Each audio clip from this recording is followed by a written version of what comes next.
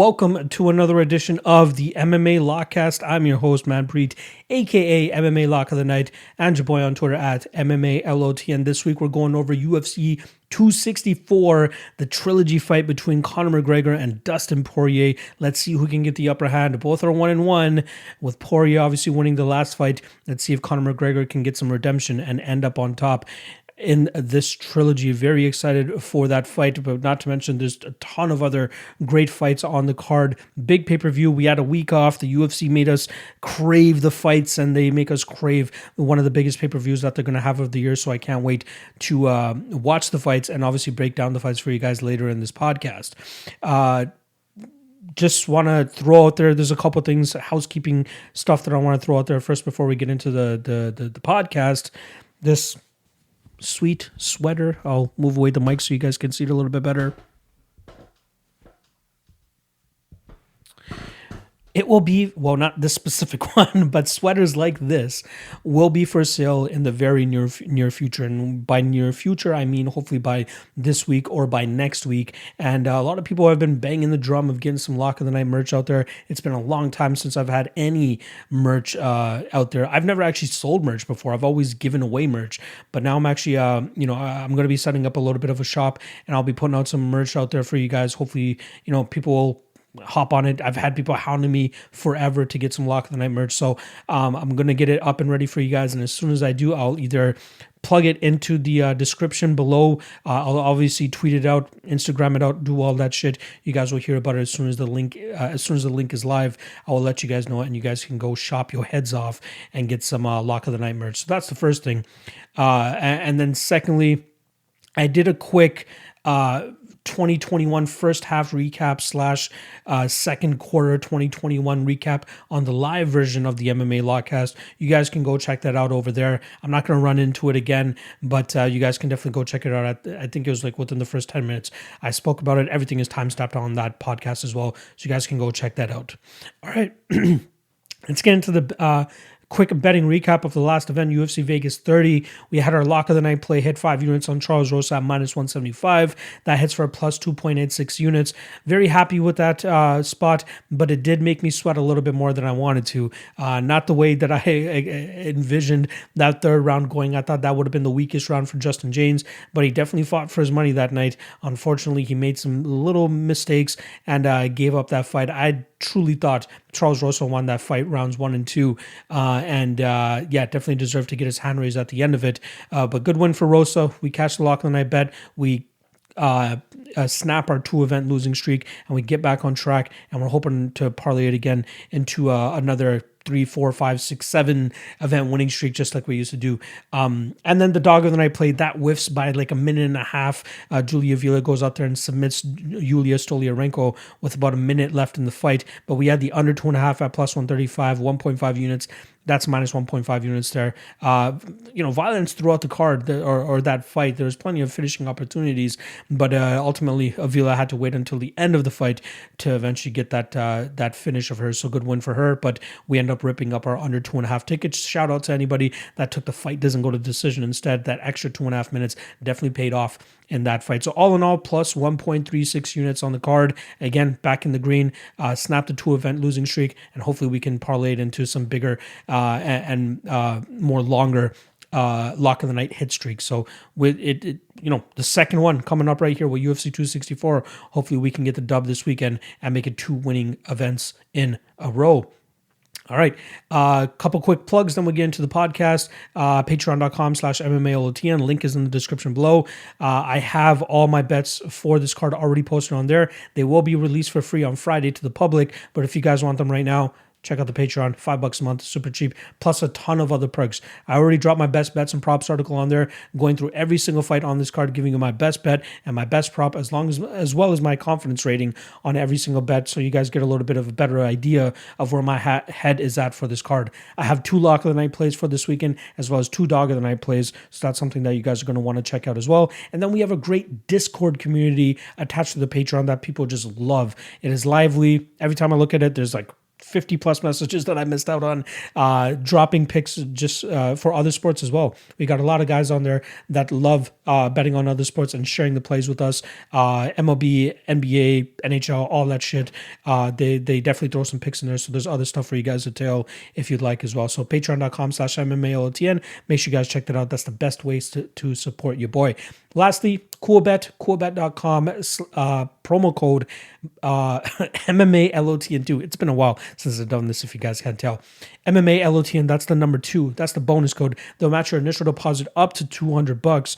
And trust me, it's a great website. You can parlay props. You can, they got great lines as well. That's where I actually placed one of my lock of the night bets for this weekend. Was able to get a great line on it, better than any of the other bookies that I'm on.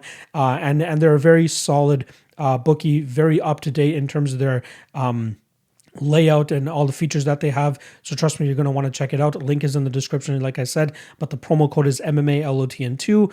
Make sure you guys check that out, and they'll match your initial deposit up to $200. All right, that's a wrap on my end. Let's get into these breakdowns. Let's get into these fights. Hope you guys enjoy it, and I'll see you guys on the back end.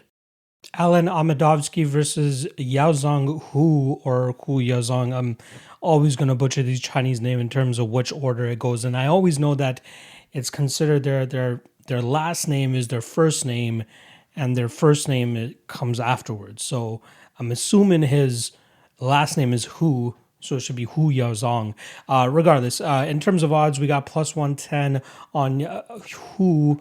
And we got, it's plus 150 now for Hu and minus 135 for Amedovski. And this fight's been the talk of the town amongst the MMA gambling nerds. And it's because there's always these barn burners, not barn burners, that's a stretch, dumpster fire fights that people like betting on in terms of super low level fighters. And just always trying to find out who's the shittier guy or who's just slightly better. And this is definitely one of those matchups where both guys probably don't really deserve to be in the UFC, especially with the last couple outings that we've seen of them, both of them, coming off of 2-fight losing streaks. Amedovski, giving John Phillips his only win inside the UFC in 6 attempts, and then before that going out there and getting grapple fucked by Krzysztof Jotko in his UFC debut. On the flip side with Yazong, he has losses to Cyril Asker, who was a guy that I loved fading back in the day, and then Rashad Coulter after that. But now he's actually going to be able to perform at his optimal weight class, which is middleweight at 185 pounds. He took that fight against Cyril Asker on short notice. It definitely showed in his performance regarding his cardio. It seems like it fell off a cliff after that 3rd or 4th minute, and Asker was able to take over in that second round, eventually get that rear naked choke.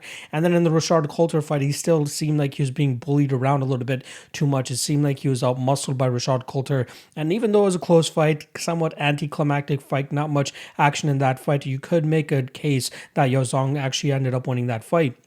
But now, 3 years off, had a 10-month USADA suspension that he had to go through, I believe, back in 2019. But he's changing it up. Like I said, going down to 185 pounds. He used to train at Jackson Wings a couple times. Now he spent a good majority of time at Tiger Muay Thai, as well as the UFC PI Shanghai. Let me try that again. UFC Shanghai PI. That's a mouthful for sure, trying to say that consecutively. But you can definitely see with some of the work that he's putting in, definitely in great shape, best shape we've ever seen him in, getting some good work in with some good guys. But he seems to have a little bit more of a well-roundedness to his game compared to what Amedovski brings to the table. Amedovski seems like one of those guys that just wants to go out there and try to take your head off. Seems very stiff and throws with a lot of heat behind his shots, which ultimately allows him to, or forces him to gas himself out, especially if his opponents start to put on a pace on him, similar to what Krzysztof Jotko was successful in doing in terms of dragging the fight to the ground and just wearing on him and then grinding him out via decision. He made the stupidest mistake that you could absolutely make against John Phillips in a fight where all you got to do is take John Phillips down. That takes away all the big power that he has, and then you just grind him out that way. But he chose to trade with John Phillips, and within 14 seconds, he found himself looking up at the lights, because that's the last thing you want to do against a fighter whose only win condition seems to be a knockout. And Amedovski was like, fuck it, let's veer right into it. And he gets knocked out within 14 seconds. So he's been out of the cage for a while now too. And it seems like most of his work, he's been popping up over there at Extreme Couture, while also training out of Bulgaria as well, where he finds, I believe, his home gym there. So he's trying to, really redefine his game game as well. So I'm interested to see what kind of approach we see from him here. Outside of his UFC career, he has a couple wins in Bellator. There was one fight on the regional scene where, there was a lot of grappling involved. He took his opponent down, his opponent reversed him, submission attempts, all that type of stuff. So it seemed like Amedovski had a decent game off of his back, like he was offensive, but we saw none of that against Krzysztof Jotko, and it didn't really seem too threatening, especially to the opponent that he had on that regional scene there. Now, Amedovski was undefeated before coming into the UFC, but now you see when he starts fighting legitimate competition, he's going to start to falter. The jury is still out whether Yazong is actually a legitimate competition, and we're going to find that out this weekend. I will ultimately side with the younger Yazong, who's now 26 years old compared to the 23-year-old boy he was during his UFC initial stint, his first 2 fights. So I definitely think we'll see a ton of improvements from him this time around, but it also seems like the game plan is there. Just take the Jotko game plan, take this guy to the ground over and over again, just grind him out, and you should be able to pull away the longer that this fight goes. And I ultimately think that we'll see Yazong take this fight via decision just by grinding Amedovski out. Cage work, take the takedowns. It doesn't seem too hard to take Amedovski down, but both guys have been out of the cage for a good amount of time, so I'm interested to see who has made the most improvement and who should be able to take advantage of their opponent more in this fight. But I do think it's ultimately going to be Yazong. The level of confidence, not that high though. We're pretty much just banking on who's potential here. Like, we can't really bank on what we've seen inside the cage other than a couple of bright spots here and there against Rashad Coulter.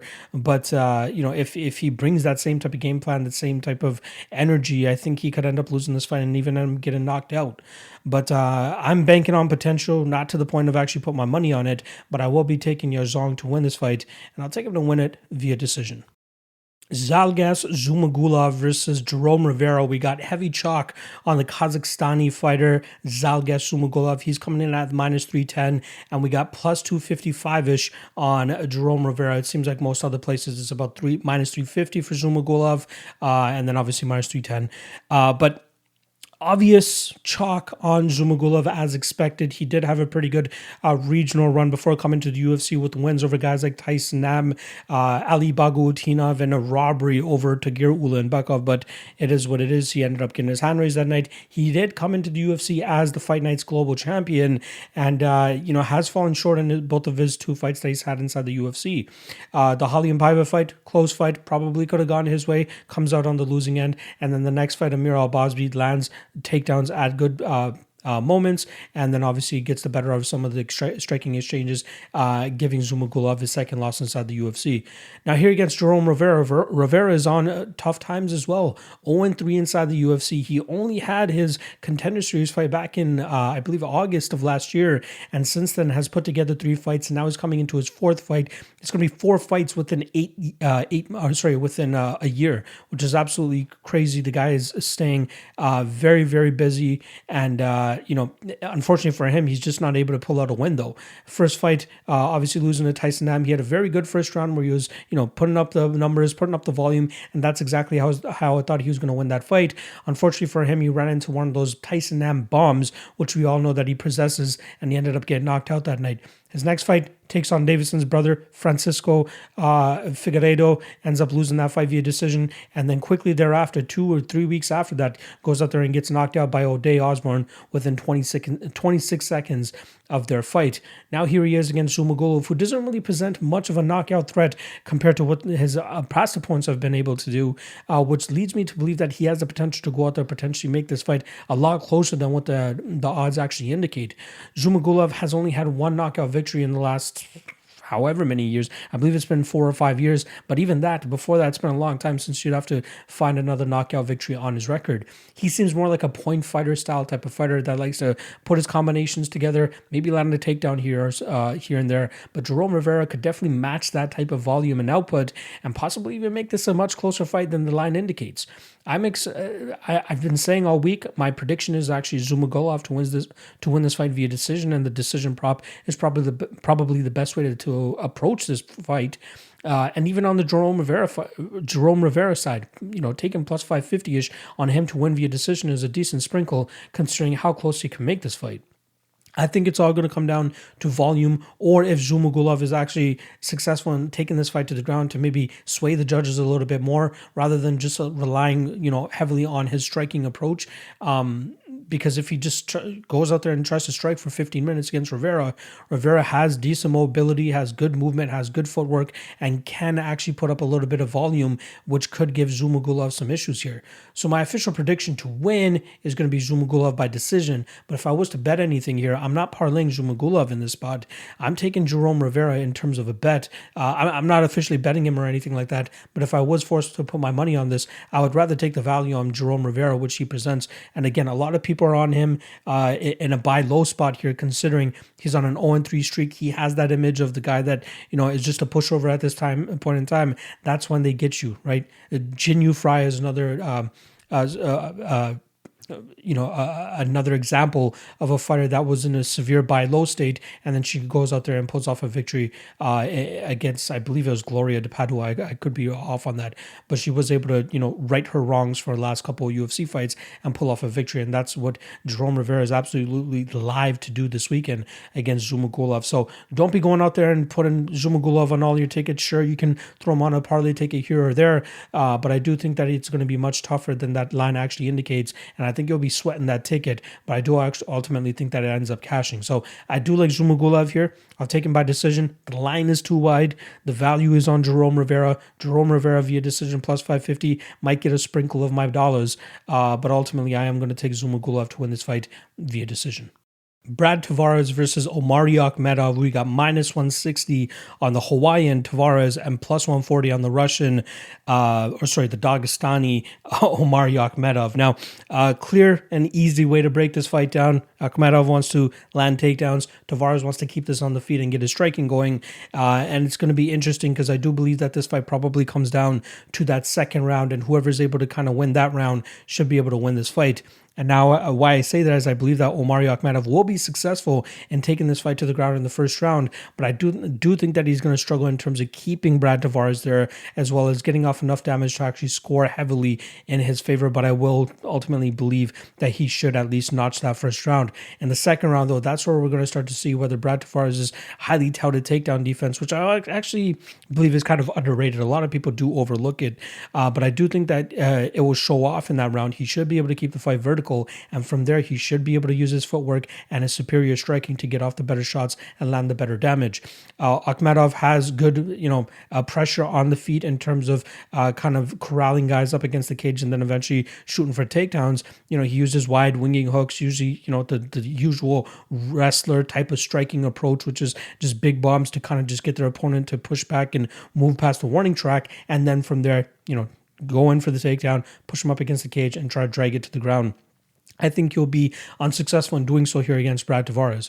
Now, the fight that people keep bringing up is the Yoel Romero fight, which was 7 years ago, where Romero was able to land, I believe, about 6 or 7 takedowns in that fight and obviously win that fight via decision. Tavares is a much different fighter since that time. I think he's definitely gotten better in that amount of time as well. And I do think that Yoel Romero back then is much better wrestler than what Omari Akhmedov brings to the table here in 2021. Again, Akhmedov more often than not is overlooked. I do want to say he's somewhat underrated. A lot of people, just say that he has a horrible gas tank and he's always going to end up losing later in fights. And he has been finished earlier on in his UFC career late in fights. But since then, he's really, shored up his cardio to the point that he's not just going to roll over and die in that third round. So I don't expect Tavares to, who's historically not a finisher, I don't expect Tavares to go out there and finish Akhmedov the later that this fight goes, but I do think that he should have the most amount of success in that third round, landing the better shots, sticking and moving, and getting out of the way of the takedown attempts of Akhmedov, and then Akhmedov will just be forced to, wide winging hooks, try to land a big bomb on Tavares, try to hurt him, and then eventually corral that into a takedown. But I do think that the straight, crisp shots down the middle for Brad Tavares will catch Akhmedov more often than not, and then keep Akhmedov on the outside, allowing Tavares to get enough damage off in the second and third round to ultimately win this fight via decision. Jennifer Maia versus Jessica Ai. We got minus 175 on Maia and plus 155 on Jessica Ai. The line is slowly starting to come in towards that Jessica Ai side, and for good reason, as I do believe that this fight should be much closer line, much closer to a pick'em than what the odds currently indicate. Now, I believe the majority of that love for Jennifer Maia right off the bat was coming off the fact that she had a very close. Well, let me back up a little bit. Not a very close fight with Valentina Shevchenko, but she did at least manage to steal one round from Valentina Shevchenko, which made people believe that she deserved to be a minus 215 favorite, which is what she was sitting at the opener here. I believe Bet Online was sorry, no, definitely not Bet Online. But yeah, 5 Dimes dropped around minus 215, and she hovered around minus 200, minus 290 for several days, and now the money is starting to come in on Jessica Ai, and for good reason. I truly believe that this division is like Valentina Shevchenko and then a crop of ladies that are similarly skilled, and then like the worst of that division. I'm talking about the 125-pound flyweight division, which has a newcomer. Tatiana Suarez is apparently coming up to 125 pounds after all the surgeries and stuff that she's had. So she's definitely, I'd say she's the biggest threat to Valentina Shevchenko at this point in time. But in terms of that middle group, that group that's, more than likely will always get a title shot against Valentina Shevchenko if they get even one win over other women in that category. But women in that category, I'd list as Andrea Lee, Lauren Murphy, Jessica Ai, Jennifer Maia, Joanne Calderwood. You could throw Viviane Araujo in there, maybe not as much. Roxanne Modafferi, like those women. More often than not, in those when those women are matched up against each other, they should be closer to a pick'em fight because they have tendencies to fight very close fights. They are equally skilled, may not be as skilled in certain aspects of MMA as their opponents, but they still have certain advantages over their opponents. In this particular matchup between Jennifer Maia and Jessica Ai, I believe that high line is coming because of that round 2 win, or that round 2 success that she had against Valentina Shevchenko. Now, what that success was Shevchenko going for a takedown, got a little bit lazy with it, got reversed, and Jennifer Maia was able to stay on top for about 2.5 to 3 minutes in that second round and pretty much take that round. But that's not typically her game. In 6 UFC fights, she's 2 of 4 on takedowns. She's only shot 4 takedowns. She's normally a striker. She goes out there, she strikes. She likes to kind of just get her Muay Thai going, get her shoot box style going. I believe she even has a giant shoot box tattoo on her thigh. Like, that is her game. She has a submission game too, don't get me wrong. The Jojo Calderwood fight, right? She gets taken down. Again, she's not the one that initiated that. She gets taken down and she pulls off an armbar. Again, not often that you see Jennifer Maia actually getting a finish. More often than not, her fights go to a decision. So that was an anomaly in itself. Now here against Jessica Ai, I'm expecting a striking battle. Even if Jennifer Maia wants to go out there and try to seek takedowns, I think she's going to struggle to get the takedowns, as I don't think that her wrestling offense is that great. I think she just caught Valentina Shevchenko off guard with that reversal, and she was able to land that. I don't think that this is going to be Cynthia Calvillo taking down Jessica Ai over and over again over 15 minutes or 25 minutes like when they fought. I think Jessica Ai will keep this fight on the feet. I think both women are going to willingly engage in striking battles and exchanges. And I think that Jessica Ai has all the chops in the world to make it a much closer fight than the line indicates. She's going to go out there. She's going to throw combinations, just as she showed in the Viviane Araujo fight and the Katlyn Chookagian fight. When she goes first and she goes often, she's very successful. And I can see that happening in this fight against Jennifer Maia, who, doesn't throw as much volume as Joanne Calderwood did. So I'm throwing that fight out the window in terms of Jessica Ai's last performance. And then Cynthia Calvillo was successful on takedown after takedown after takedown, which I don't think that Jessica Ai will be able to do here. Which I don't think Jennifer Maia will be able to do here against Ai. So I like this fight to be a very competitive fight. I think it's going to be competitive. I think it'll go all 15 minutes. I think it's mainly going to be striking exchanges, a couple clinch positions here and there, but I think it's going to be close throughout. With that said, I like Jessica Ai here as an underdog, and I think she has a good amount of value here to go out there and actually fight for your money, land better combinations, maybe throw a little bit more volume than Jennifer Maia, mix it up a little bit more too, and get the dub via decision. So plus 235 Jessica Ai via decision, not too bad of a line. Even the money line on her is pretty good. I think around plus 155, plus 160.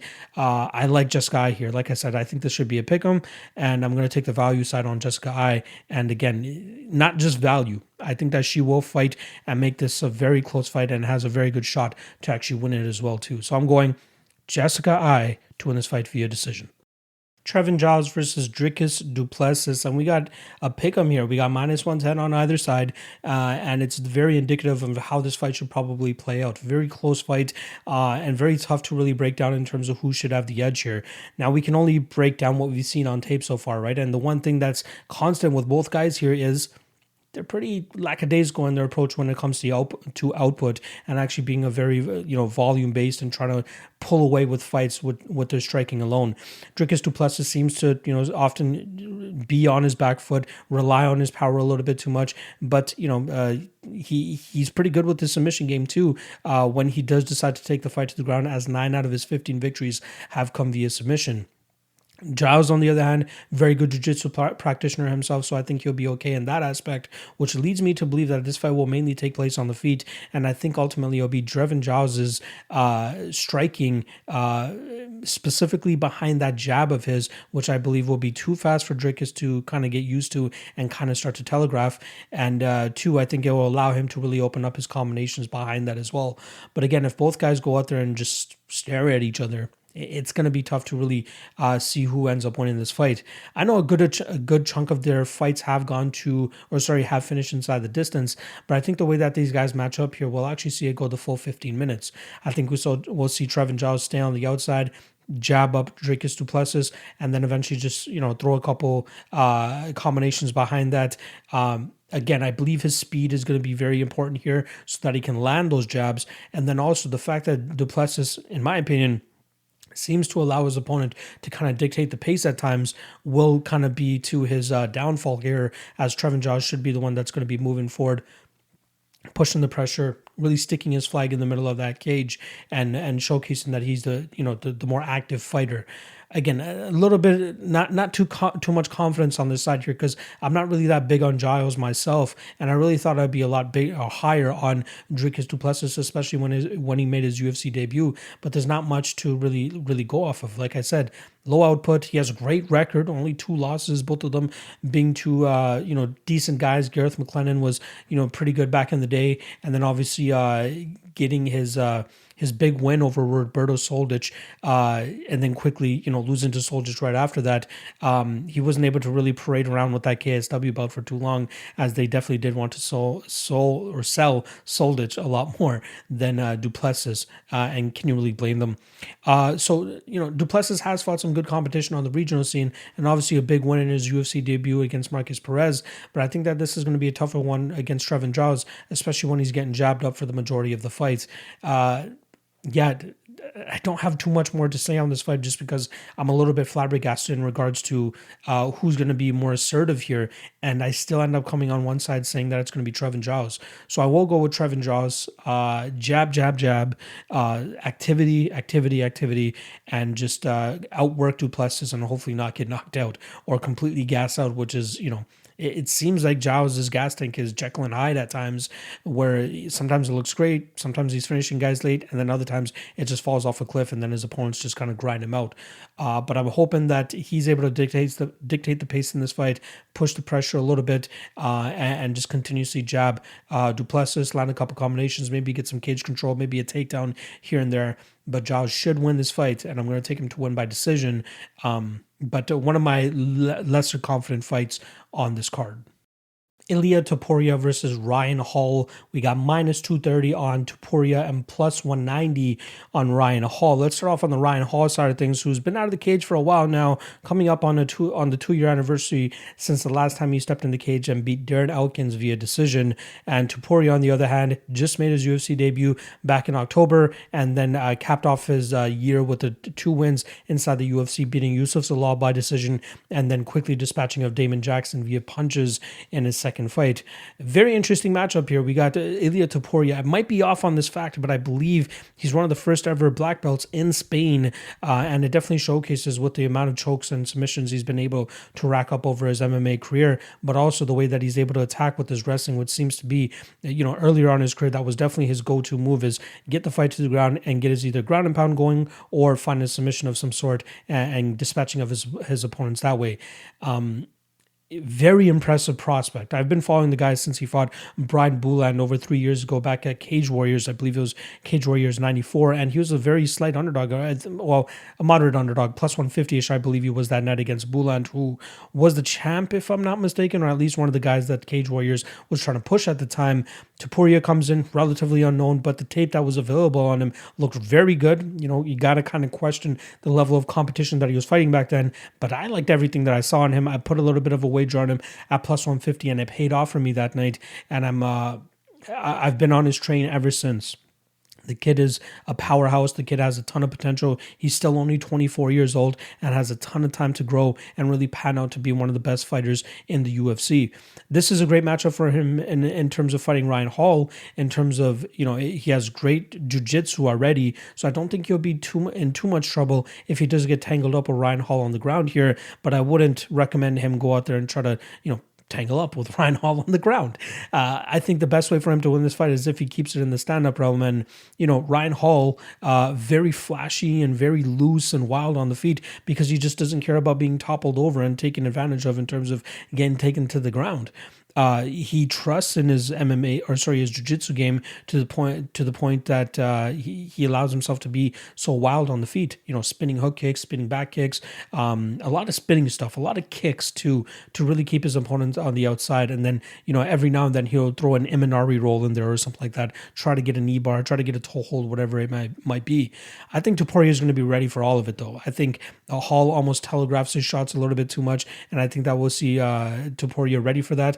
And then he should be able to counter with some solid combinations and some good power on the back end to really nullify that game of Ryan Hall. Recently, the only guy that's really been able to give Ryan Hall any issues, or at least give him his last L, I believe it was Saul Rogers on the Contender Series, on the Ultimate Fighter Season 22 back in 2015. I can't believe it's been that long since Ryan Hall's been inside the UFC. He's been in the UFC since 2015 and has only fought 4 times in 6 years. That's a shame, especially considering how skilled a lot of people believe that he is. But stylistically speaking, this is a bad matchup for him. I don't think he'll be able to find Topuria in any precarious positions. I do think that Topuria will land the better strikes when this fight is on the feet, and I think that he finishes Ryan Hall the later that this fight goes. Now, a lot of people are banging on Topuria for kind of slowing down late in his fight against Youssef Zalal, but if most people don't really remember the fact that he took that fight on a little bit of short notice. First UFC fight, I'm sure there were some UFC jitters there, and then obviously fighting a skilled fighter like Youssef Zalal, who was on a run in the UFC at that time. You got to give him the benefit of the doubt. Now he's getting full training camps. He's getting the work in, and I think that this is a great opportunity for him to go get a good scalp like Ryan Hall onto his belt. So I do think that he finishes Ryan Hall. I think that this is kind of an easy fight for him. He is deserving of that minus 220-ish range that he's currently at. And I definitely like him as a parlay piece for this card, and I wouldn't be mad at anybody that's actually putting him on it. So I'm going Topuria, and I'll go with Topuria let's go second round TKO. Nico Price versus Michel Pereira. We got minus 155 on Pereira and plus 135 on Nico Price. Now, this is one of those fights that a lot of people are going to be expecting to be a barn burner, and sure, there will be opportunities in this fight for it to be a barn burner and have some entertaining moments, but for the most part, I think we're really seeing an evolution of mature Michel Pereira, where I think he's going to go out there and really, showcase that he can be effective with his wild and unorthodox style while also being controlled, right? Like he showed in that Chaos Williams fight, had some success fighting on the outside and then mixing in takedowns late to really secure the later rounds. And I'm expecting him to do the same thing here against Nico Price. The issue with Nico Price is that there's so much power in everything that he has. His kicks, his knees, his elbows, his punches, everything that the guy throws out there, he can knock you out with, and obviously from any position too. As we learned with the James Vick fight with his up kick knockout, and as we learned from the Randy Brown fight with his hammer fist knockout from his back, the guy can knock you out from pretty much anywhere. But I think that Pereira will be able to stay out of big danger here. He needs to be very careful, especially when he's throwing his wild looping, winging stuff, to make sure that his defenses are up and ready to go whenever Nico Price wants to go out there and counter. I think Nico Price is more so of a one and done with his shots. He has some weird, awkward combinations, especially with how he's built. The guy is just, I think on one of my live streams that I just recently did, somebody said that he's built like a Dorito, and I couldn't agree more. The guy is like just so wide with his shoulders, and then it just comes so narrow the lower that his body goes. But it's definitely helped him in terms of generating a ton of power and knocking out guys and being very effective there. But like when it comes down to the technical aspect of it, he still does make some mistakes that a lot of fighters are able to take advantage of. I truly think that Pereira is very, very skilled, and especially if he can harness that craziness of his and that chaoticness of his fighting style, he can be a very good fighter. Needs to be disciplined, needs to make sure his cardio is good, and then obviously needs to make his striking defense very sharp as well. Otherwise, he's going to start getting knocked out by some of these opponents. I did bet Pereira in his UFC debut against Danny Roberts, as I didn't believe in the chin of Danny Roberts, and luckily that came through for me. And I didn't back him in his next two fights, where he obviously ended up losing to Tristan Carnley as a heavy favorite, and then again DQ'd by in the Diego Sanchez fight. But he showed some really good work in that Chaos Williams fight that leads me to believe that he's slowly starting to round out his game and truly becoming a fighter that could make a run in that top 10 of this division. Nico Price is a very tough out, don't get me wrong. He had a very good performance against Vicente Luque, even in a loss, and that one I believe was the first fight back from the whole COVID situation. And then he just went to a draw with Cowboy Cerrone. I believe he was deducted a point in that fight for continuously poking Cowboy Cerrone in the eye, and then he got a point taken away in that fight. That fight ultimately becomes a draw. I still do think that Pereira, outworks him, stays on the outside, lands his stuff. He's very fast. He's very quick. He's a huge guy too at this weight class, which I think is very much going to help him, especially with securing takedowns the later that this fight goes. And I think that's where Nico Price will find some trouble. If Nico Price doesn't find that kill shot, I think he's going to find a tough time or find it tough to truly track down Pereira and get his own damage off. And if he can't do so, I think he's going to be in a ton of trouble. So I'm going Michel Pereira. Hopefully disciplined Michel Pereira, and I think he's going to win this fight via decision. Carlos Condit versus Max Griffin. We got minus 185 on Max Griffin and plus 160 on Carlos, the natural born killer Condit. And we'll start off on the Condit side of things, who's actually coming off a 2-fight winning streak after he had initially settled for retirement, or I believe it was. He said that he was going to retire after his loss to Michael Chiesa, and he only took about a year or so off. I believe he started a coffee company. He tried his hand at a bunch of different things, but I'm assuming nothing was lucrative enough to keep him outside of the cage, and he feels like he still had a couple more years to give to the sport. And luckily enough for him, the UFC matched him up pretty well in his first 2 fights back since his retirement, and he's been able to pick up 2 unanimous decision victories in both of them. The first one, the Court McGee fight, that seemed to be a picture-perfect fight, stylistically speaking, for Court McGee, who was a minus 130 favorite going into that fight, yet he threw, or actually shot for 0 takedowns.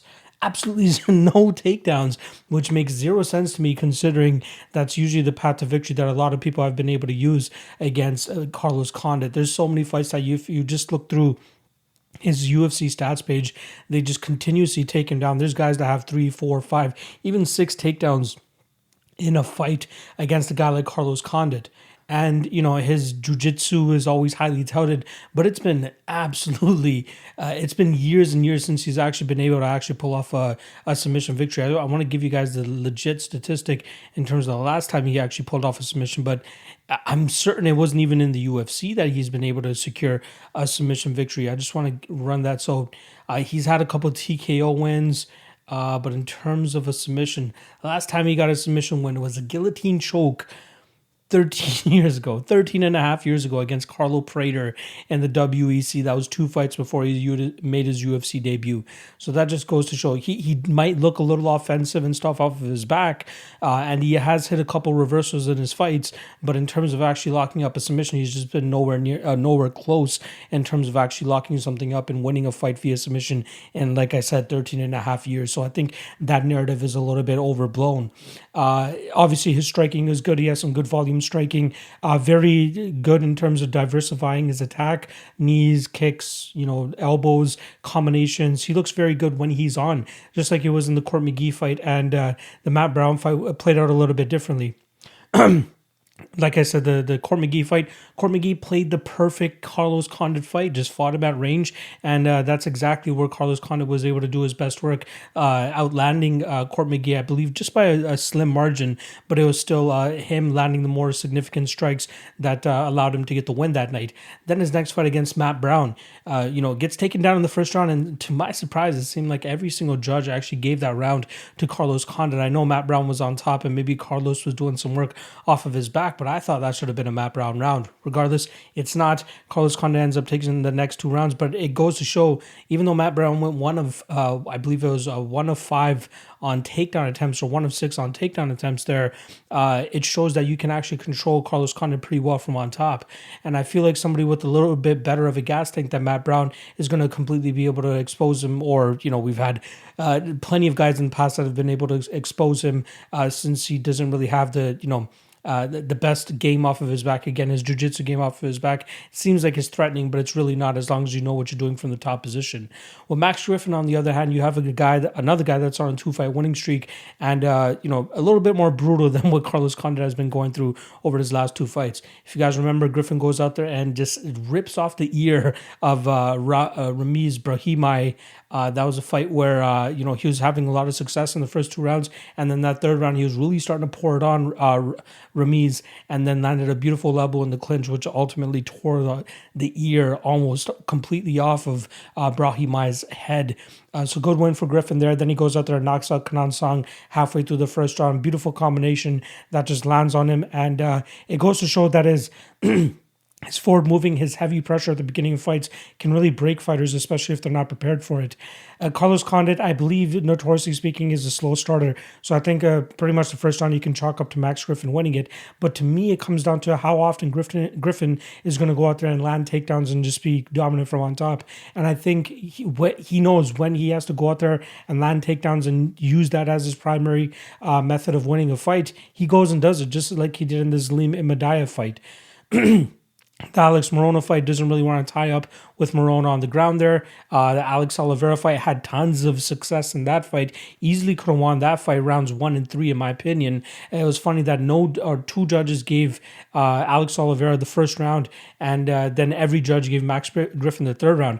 I'm thinking if you give Griffin the 3rd round, you definitely have to give him the first round.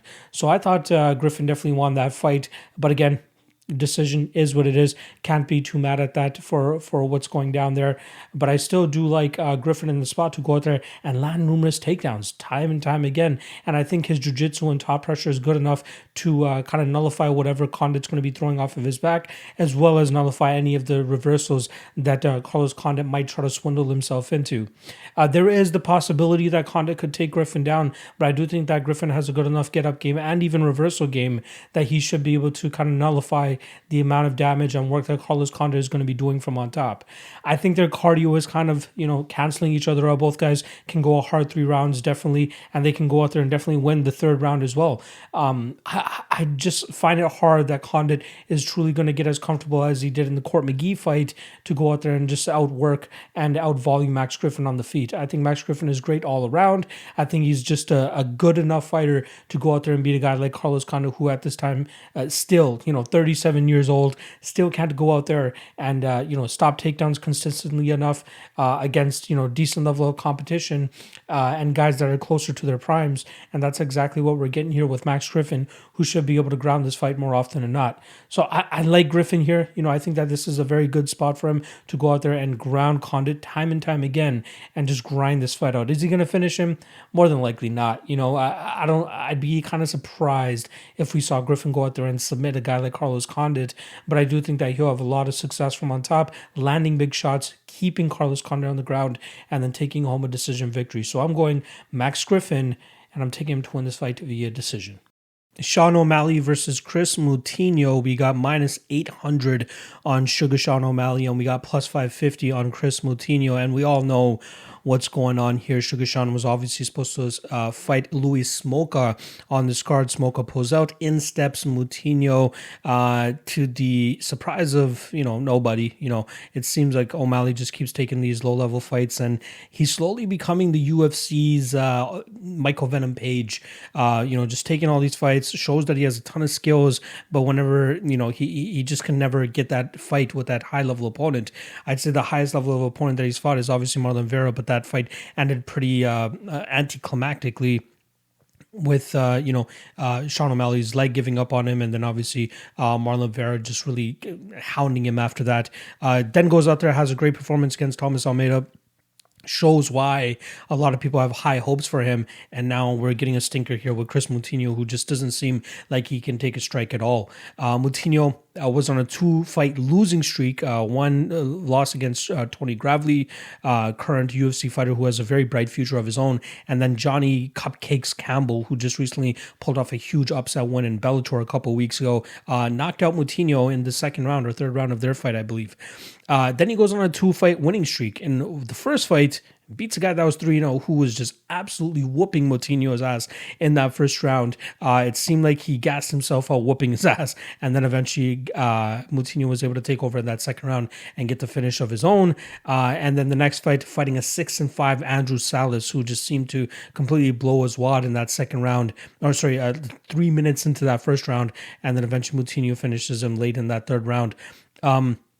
The commentators were making it sound like Moutinho was this crazy striker and looked really good and all that.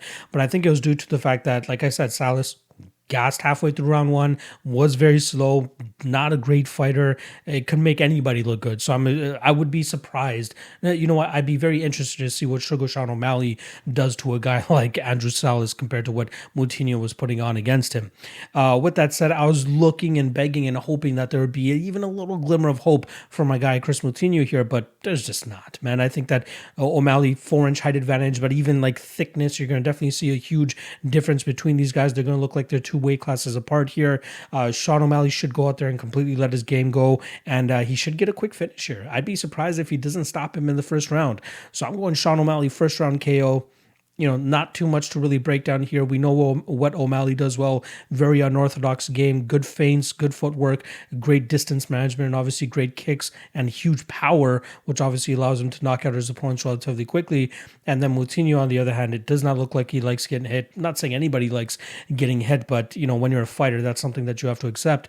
And then obviously, he's been rocked so many times. He's been finished a handful of times as well. I'd be mystified if O'Malley doesn't go out there and just starts this kid within that first round. So I'm going O'Malley. I'd say the way I'd approach it, O'Malley inside the distance. I know it's super chalky around minus 300. That's a great spot. I do think he wins this fight relatively easily. If you want to get a little bit riskier, O'Malley in round one is slate plus money. I'd take a stab on that as well. But I think O'Malley gets this done with not much concern at all. So I'm going O'Malley, first round knockout. Do I even need to break this down even more for you guys? Let's be honest.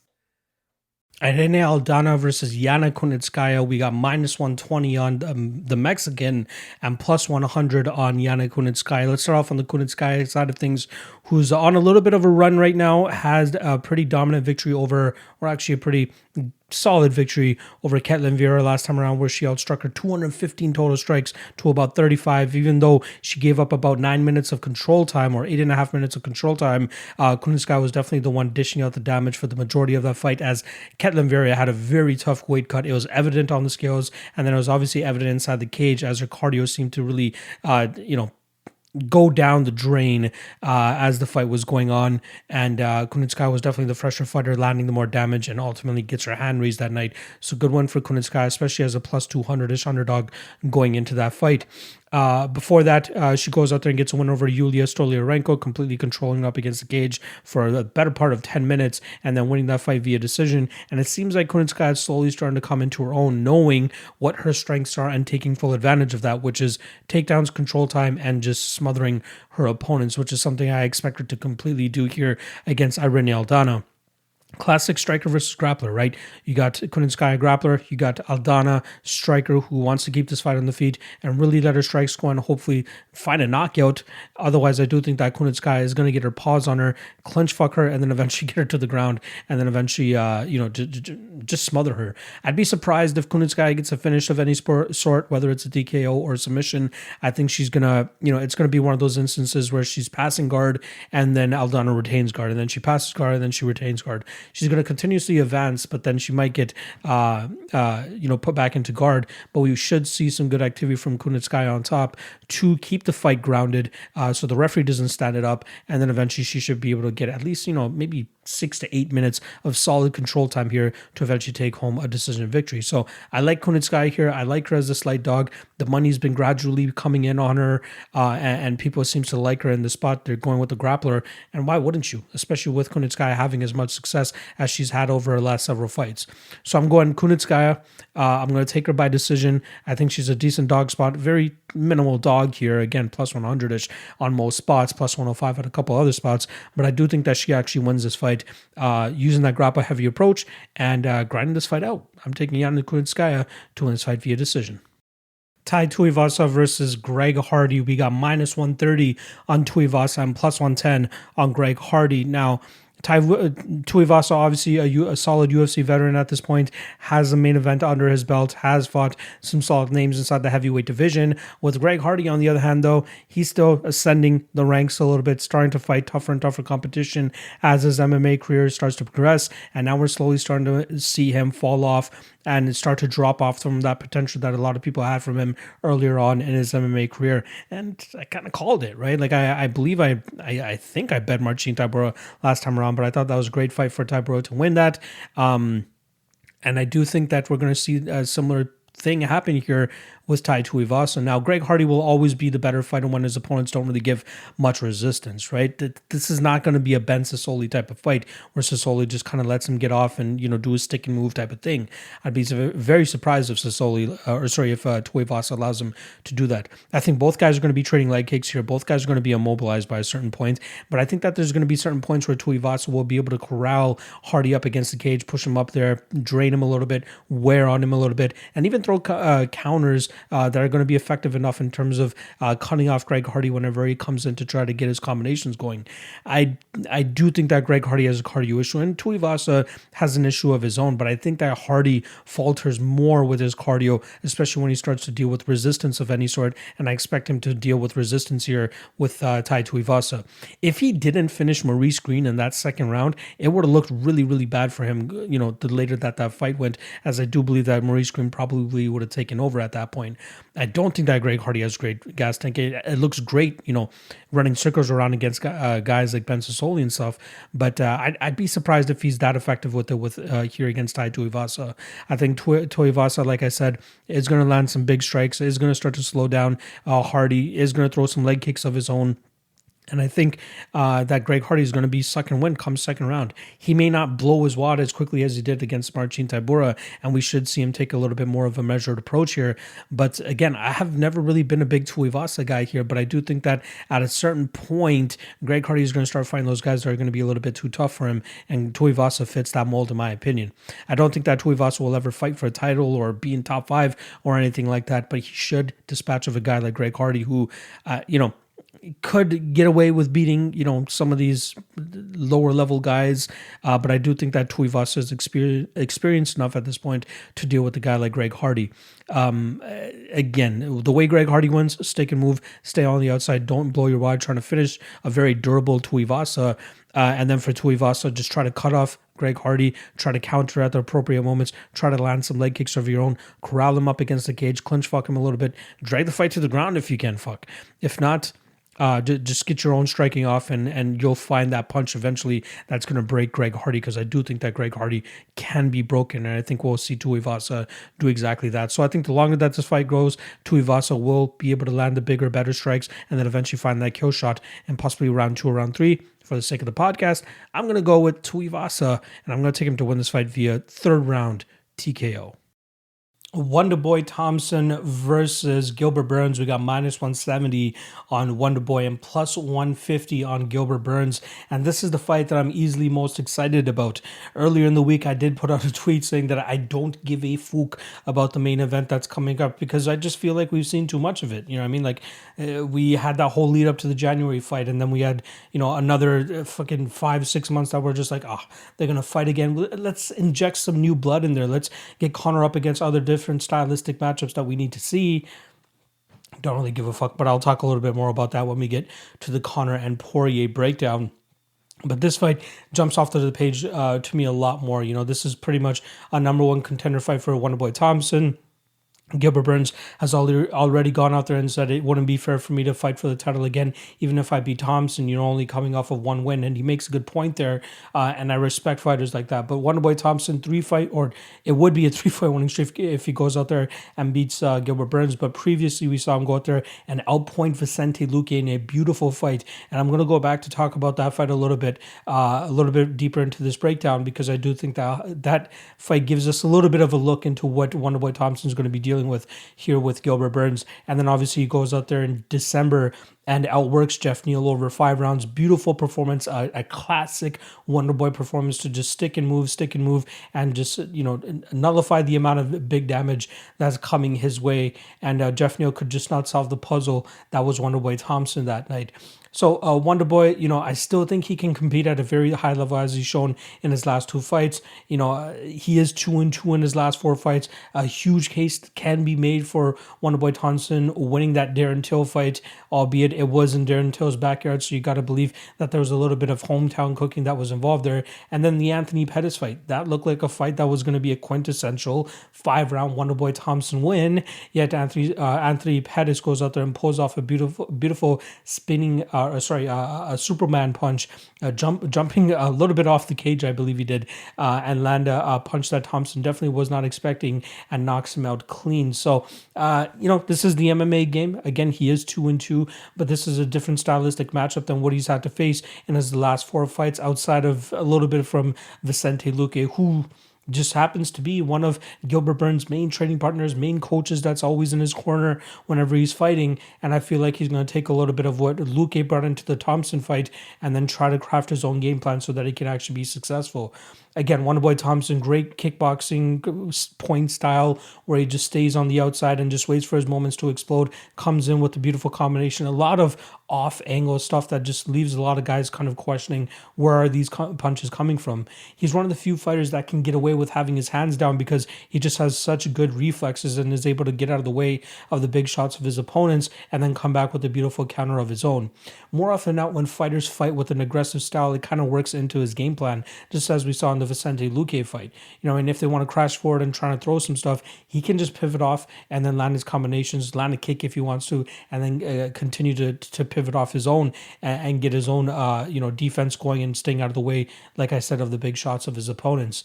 The one caveat a lot of people thought, the one aspect of the Luque fight that a lot of people thought that Luque would be successful with when going up against a guy like Wonderboy Thompson, and again, which is why the line was as close as it was the leg kicks. A lot of people thought that Luque would be very effective with the leg kicks to slow down Wonderboy and then eventually get his hands going. But it's so hard to chop down Wonderboy's legs in a 3-round fight, especially when he's so successful in terms of changing stances. And he's just as successful as he is from the orthodox position as he is from the southpaw position. So you can go ahead and kick his legs, but it doesn't seem like it's going to phase him much, as he'll just change stances on you and, even try to match your stance, do the opposite stance from you. So it's a little bit harder to get calf kicks and proper leg kicks off, especially when fighters, their strong leg is their front leg.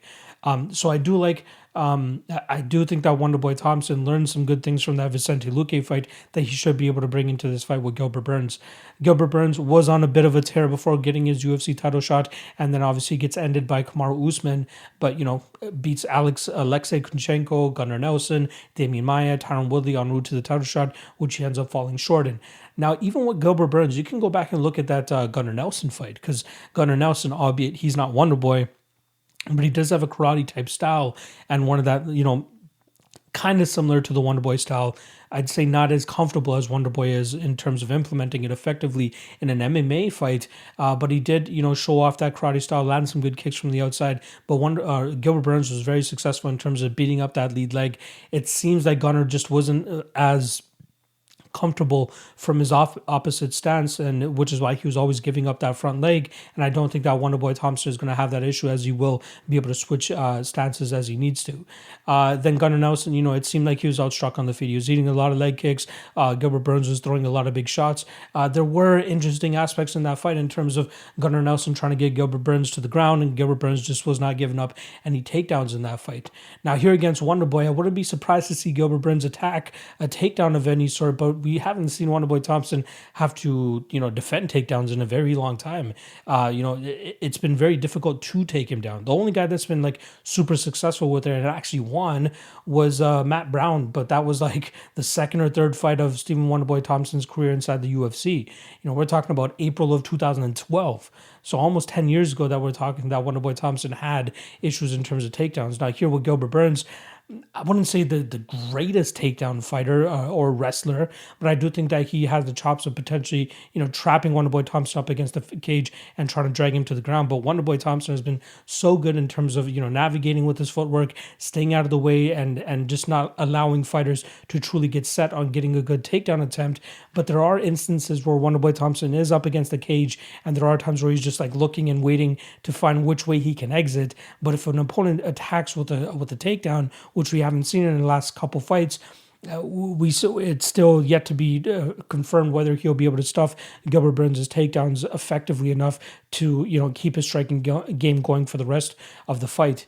I think he will be successful in doing so. Again, if Gilbert Burns went out there and had like Kamaru Usman type wrestling, Colby Covington type wrestling, I'd be a little bit more comfortable with backing Gilbert, but I just don't think he does. I think he's going to have to rely on his striking style, aggressive striking style, land those heavy leg kicks, move forward, and try to disrupt Stephen Thompson's game.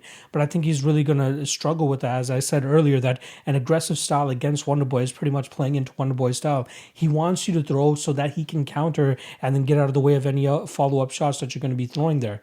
I think he's going to be too quick for Gilbert, and unless that Gilbert Burns is very successful with like 3, 4, 5 calf kicks at the beginning of the fight on the same leg, I think it's going to be hard to debilitate the movement of Wonderboy Thompson. So I really like Wonderboy in this spot. I think this is a great spot for him to go out there and style on Gilbert, and I wouldn't even be surprised if he goes out there and knocks him out.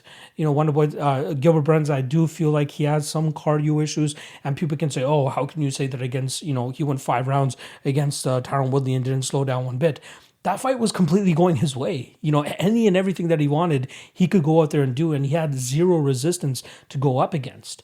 Then we started the Kamaru Usman fight, right? He started to slow down a little bit. Say what you want about Kamaru Usman's, ability to come back from some adversity in that first round and start to put it on Burns himself, but Burns was slowing down, and I think that he's going to start slowing down here against Thompson, especially when he's whiffing at air a lot and not really getting his own game going.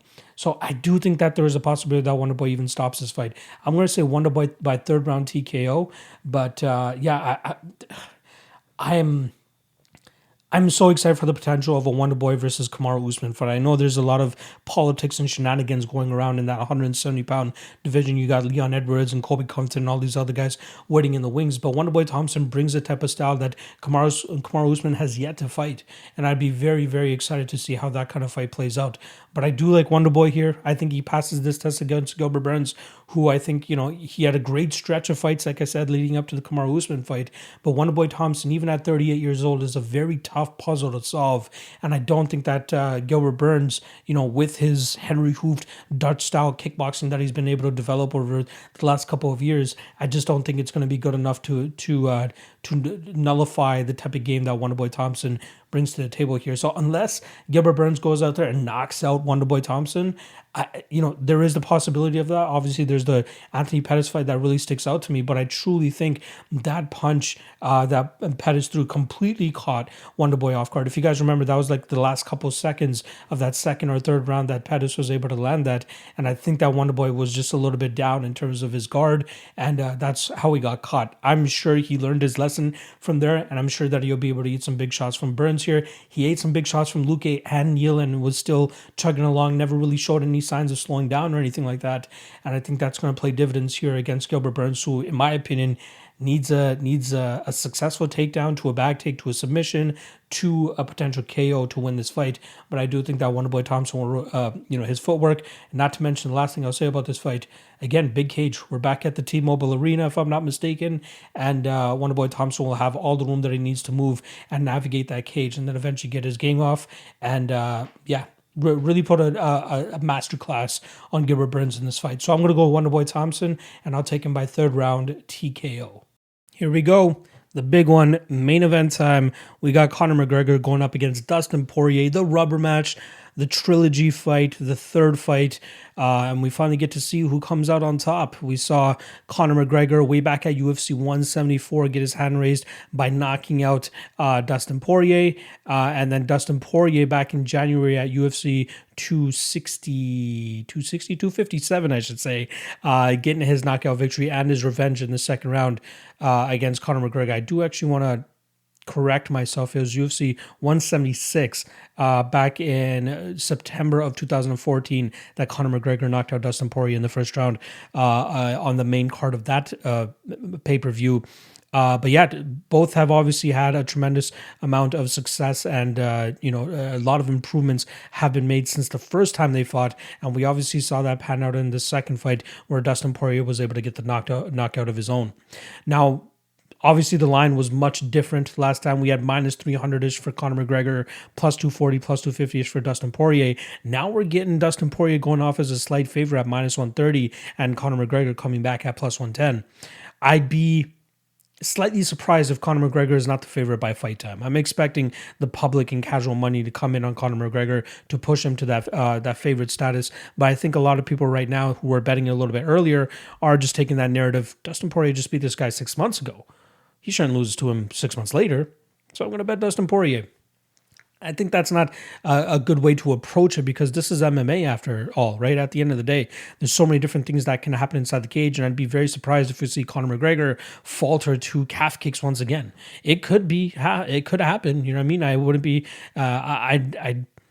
I'd hope that Dustin Poirier still goes out there and throws calf kicks and try to mix that into his game, or develop a different type of game, but at least throw the calf kicks in there to kind of catch Conor off guard every now and then. But I do think that Conor is skilled enough, is smart enough, has good enough fight IQ to be well prepared enough to combat a calf kick heavy attack. Maybe he'll just, anytime he sees Dustin Poirier throw a kick, he's just going to let that left hand go or the right hand go and try to make make Poirier pay anytime that he tries to get a kick of any sort off. So maybe Poirier will lay off the kicks the later that the fight goes. This is just a super tough fight to break down in terms of who will truly come out on the end. Like, if anybody's putting their house on either side here, I think they're absolutely crazy, batshit crazy. I think the only thing that's somewhat sure in this fight is that it's not going to go to the distance. I think that we're going to see a finish no matter who it comes from. I think earlier it would be McGregor. I think later will probably be Poirier, and I do actually side with the latter half of this. I did pick McGregor last time around because I didn't think that Poirier was going to be able to handle the power of that mystic or that what's it called, the mystic left or whatever.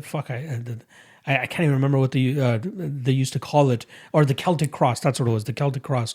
I didn't think that he'd be able to handle that power, but it seems like the durability of Poirier has really gotten better, especially with his move to 155 pounds over the last several years. And he ate some pretty clean shots from Conor that night, and it did allow him to kind of gain some confidence and get his own game going, specifically around that calf kick that he was able to establish early in that fight. I think he's going to take that confidence and bring it into this fight. I know that he could probably take a shot from Conor and let his own game go, which should allow him to continuously move forward and get his shots off and allow him to have success with the damage that he's going to be dishing out. With Conor, Who knows what type of style that he's going to come out with. But we know that it's usually about being a pinpoint precision type fighter. Just try to find that accurate shot, that one shot that's going to lay out his opponent, and no real wasted movement in any of his strikes, right? Just find the shots, whether it's the body, the head, the legs, whatever it might be. Be efficient with it. Don't have any wasted movements. That's what Conor is so great at doing, and kind of just lulling his opponents into certain traps of his. Dustin Poirier has shown that his grittiness and his durability is starting to pay off for him, which will allow the rest of his game to really shine. I've seen a couple of takes out there that Poirier sub is a live spot. I think there is some merit to that. I think that Poirier definitely has a good enough submission game to choke Conor out in this fight, especially the longer that it goes. I do believe that Conor has a bit of a cardio problem, right? But I've seen a couple people beat the drum that he's gone, to outside of the second round 3 times, and he's 2-1 in those spots. But one of those spots was Nate Diaz, who, not the greatest fighter.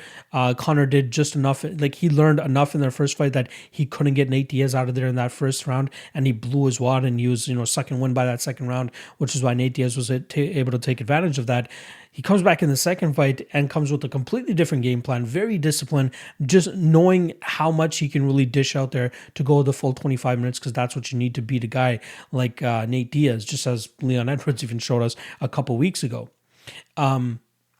But I do think a guy like Dustin Poirier, who seems to get stronger the fight goes on, just as we saw in his Dan Hooker fight, just as we saw in his Eddie Alvarez fights, his Justin Gaethje fights, the guy is an absolute beast the later that the fight goes. And I think that he's going to be able to exploit those rounds from Conor, especially if it starts to reach the 3rd, 4th, and 5th round. I think there's a good argument to be made in terms of attacking this from a live betting perspective. Take Poirier after round 1, take Poirier after round 2. You're probably going to get a great round, and those 3rd, 4th, and 5th rounds will probably be the strongest for Dustin.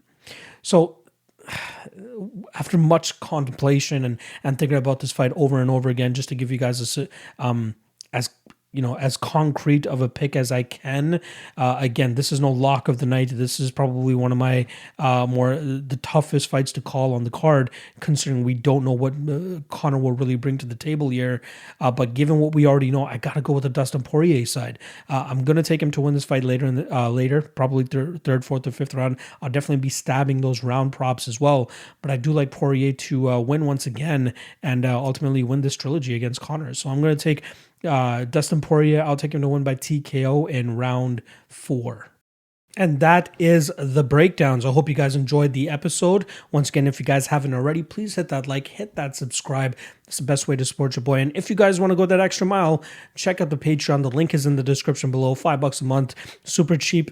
Very much worth the price. You guys will definitely enjoy it. Trust me. Check it out. And then lastly, obviously, Coolbet, coolbet.com. Use promo code MMALOTN2 and they'll match your initial deposit up to $200. Just another bookie to add to your Rolodex of bookies and a great way to line shop as well. And I promise you guys, you'll find some great lines on Coolbet. So once again, coolbet.com. Use promo code MMALOTN2 and they'll match your initial deposit up to $200. All right. That's a wrap. I got a ton of other content coming for you guys this week. I haven't officially announced my ultimate weigh-in cast yet, but I promise you guys are going to enjoy it. I'm just waiting for one more person to confirm. As soon as they confirm, it's going to be great. I can't wait to do that.